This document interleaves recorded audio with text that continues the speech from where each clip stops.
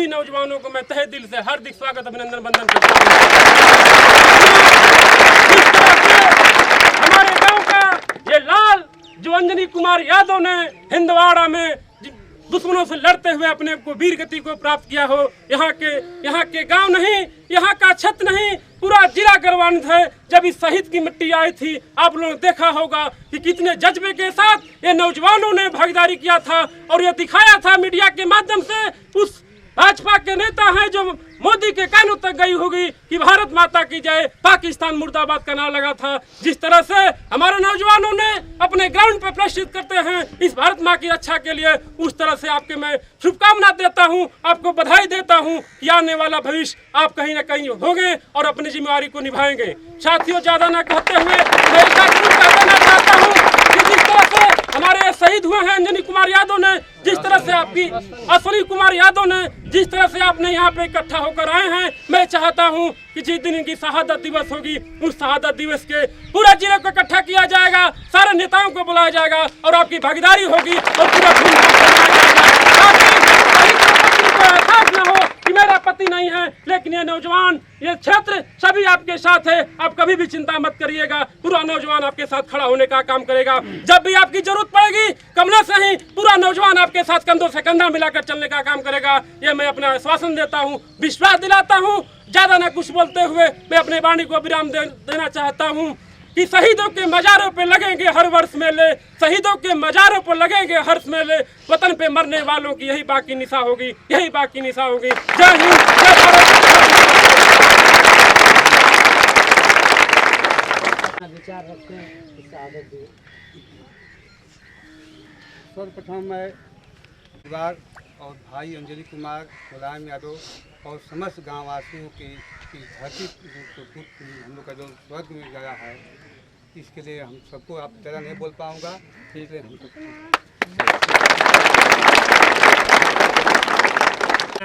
मैं स्वतंत्रता दिवस के शुभ अवसर पे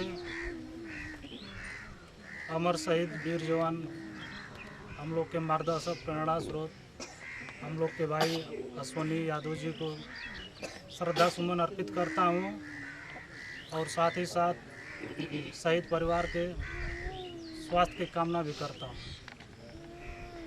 साथियों, जिस सपना को लेकर के हम लोग के भाई अश्विनी यादव सेना में भर्ती हुए थे और जिस ईमानदारी और निष्ठा से इन्होंने अपने भारत को आतंकवाद मुक्त करने के उद्देश्य से अपने जीवन और प्राणों को न्यौछावर किया था, हम समझते हैं हमारे नौजवान साथी उनके इस सपने को आगे पूरा करने का काम करेंगे और हिंदुस्तान को आतंकवाद मुक्त करने का काम करेंगे।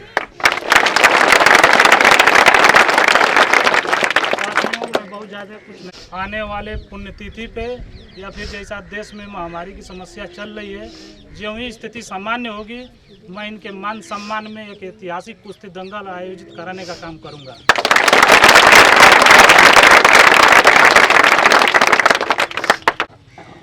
परम आदरणीय गुरुजी, जिन्होंने हम लोगों के लिए अपने हर खुशी, हर सुबह शाम अगर उनकी होती है तो हम ही लोगों से, हम क्षेत्र के युवाओं का करने के लिए उनके अंदर जुनून पैदा करना, जज्बा पैदा करना, जिन्होंने अथक अपने परिवार से बढ़कर पूरे इस क्षेत्र के युवाओं को प्यार दुलार देने वाले परम आदरणीय गुरुजी से मैं चाहूँगा कि वो आएँ और अपने शिष्यों को आज स्वतंत्रता है, आए और अपने मुखार बिंदु से संबोधन करें। आदरणीय गुरुजी।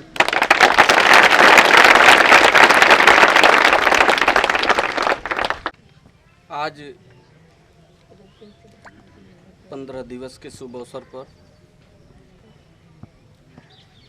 शहीद अश्विनी कुमार यादव जी के समक्ष हम लोग खड़े हैं। वाकई इसकी तुलना मैं तीर्थ से करूं या किससे करूं, सामने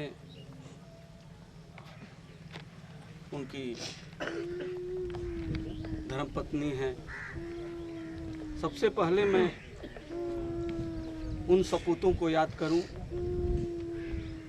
जो इस देश के लिए, हम लोगों के लिए फांसियां पर चढ़े, बलिदान के हवन कुंड में लाखों लाख नौजवान उस आज़ादी के बलवेदी पर चढ़ करके, और आज हम आज़ाद हुए और हमारी ही रखवाली में, हमारी खुशियों के लिए आपके बीच में जो आज मूर्ति बन करके खड़े हैं अश्विनी कुमार यादव जी, रखवाली करते करते शहीद हो गए। हम लोग खड़े होकर के श्रद्धांजलि देने के लिए खड़े हैं, लेकिन इससे काम नहीं चलेगा मेरे बंधु। मैं पहले ही कहा कि इसे तीर्थ कहूँ या क्या कहूँ, आप जिस जगह खड़े हैं, अगर वाकई संकल्पित होकर के इस शहीद की आत्मा के उस संकल्प की तरफ एक बार अगर दृष्टिकोण अपना लिए, तो आपका सारा शक्ति, आपका सारा ऊर्जा एक बार इस बमनौली चकदाऊद के प्रांगण में आ खड़ा होगा और कहेगा कि देश आपका इंतज़ार कर रहा है, आप नौजवानों का इंतज़ार कर रहा है।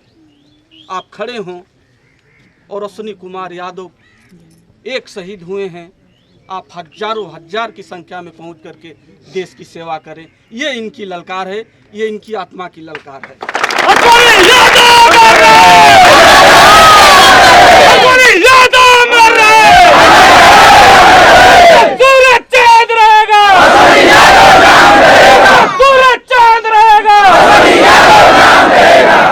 बंधु, मैं सीमा पर, आप लोग भी समाचार के माध्यम से सीमा पर देखते होंगे कि -36 डिग्री से लेकर के जवान अपने नाखूनों से बर्फ काट करके और पहाड़ पर चढ़ करके हम लोगों की रक्षा के लिए निछावर हो जाते हैं। और हम लोग यहाँ क्या करते हैं, आप अपने दिमाग से, अपने बुद्धि से, आप अपने सत्कर्मों से देखें कि क्या उनकी वहाँ की रखवाली, हम लोगों की खुशी के लिए जो शहीद होते हैं, क्या सार्थक है या निरर्थक है, ये आपके ऊपर विचार करना है। जागो मेरे बंधु, जागो। मैं हमेशा आप लोगों के बीच में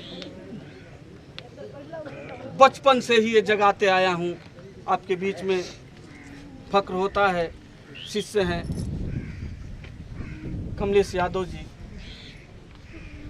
वाकई मैं आह्वान करता हूं कमलेश जी कि अगर सच्चाई निष्ठा के साथ, वाकई ज़रूरत है इस देश को आप जैसे नेताओं की, लेकिन सच्चाई निष्ठा के साथ देश के प्रति जो सोचेगा, वाकई वही इस देश का नेता होगा। अन्यथा आप तो नेता देख रहे हैं, जवान शहीद होते हैं, उनके प्रति क्या भावना होती है। लेकिन आप जगें। आपके बीच में परम आदरणीय प्रधान जी, पूर्व प्रधान जी खड़े हैं। सच्ची शहादत का संदेश वही होगा मेरे बंधु कि हम इस क्षेत्र के छोटे छोटे युवा से लेकर के हर एक क्षेत्र में, इस हिंदुस्तान के लिए छोटे युवा को आगे आना पड़ेगा, तब जाकर के इनके सपनों की सार्थकता होगी। अन्यथा इसी तरह हम लोग एक दिन 15 अगस्त या 26 जनवरी के दिन उन शहीदों को याद करके और चले जाएंगे। याद करो मेरे बंधु, वो शहीद मेरे लिए भगवान हैं, भगवान से बढ़कर हैं। एक बार उनकी तो चित्र अपने दिल में उतार लो, तो बहुत कुछ न कहते हुए, और शहीद के परिवार को मैं आश्वासन देता हूँ, चाहे उनकी माँ हो, चाहे उनके बंधु हो, चाहे उनके भाई हो, अश्विनी कुमार यादव शिष्य रहा है और बचपन से देखा हूँ, जानता था। और मैं कहना चाहता हूँ अश्विनी कुमार यादव की उस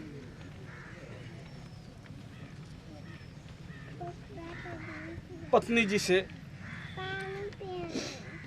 कि मैं आपको उस बार भी समझाया था कि एक अश्विनी कुमार यादव चला गया लेकिन आपके बीच में इतने अश्विनी कुमार यादव पैदा हो गए कि इसकी कोई सीमा नहीं होगी। इसलिए आप धैर्य से, आपका यह गांव, आपका यह पार्क एक मंदिर से भी बढ़कर हो गया है। बस इसके शहीद के परम कर्तव्य को बचा लेना ही हम लोगों की महानता होगी। एक बार फिर मैं उन शहीदों को याद करते हुए और अश्विनी कुमार यादव के चरणों में श्रद्धा सुमन अर्पित करते हुए मैं आपसे एक ही आह्वान करूंगा कि संघर्ष करें, देश के प्रति सोचें और माता पिता के सपनों को साकार करें। जय हिंद, जय भारत।